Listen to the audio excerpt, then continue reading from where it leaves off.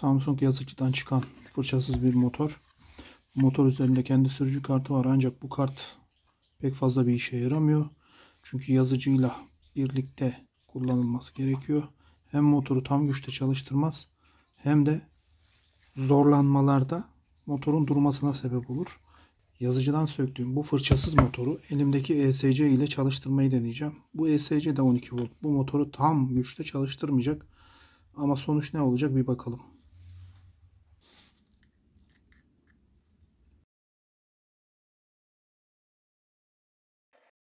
Kabloları buradan ayırdım. Servo tester taktım.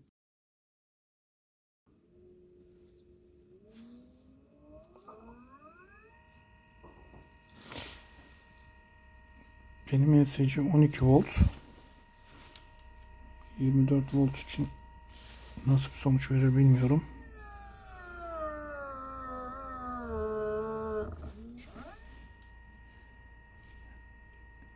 Motor zorlanınca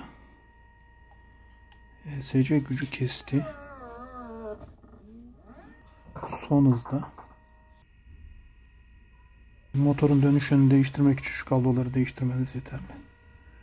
12 voltta bu kadar. Ürettiği güç bu. Zaten düşük akımlı bir fırçasız motor. Yavaş yavaş voltajı arttırıyorum. 13 volt, 14 volt, 15 volt. ESC'ye zarar vermek istemiyorum. 17 volt. Ama düşük bir amper var şu an.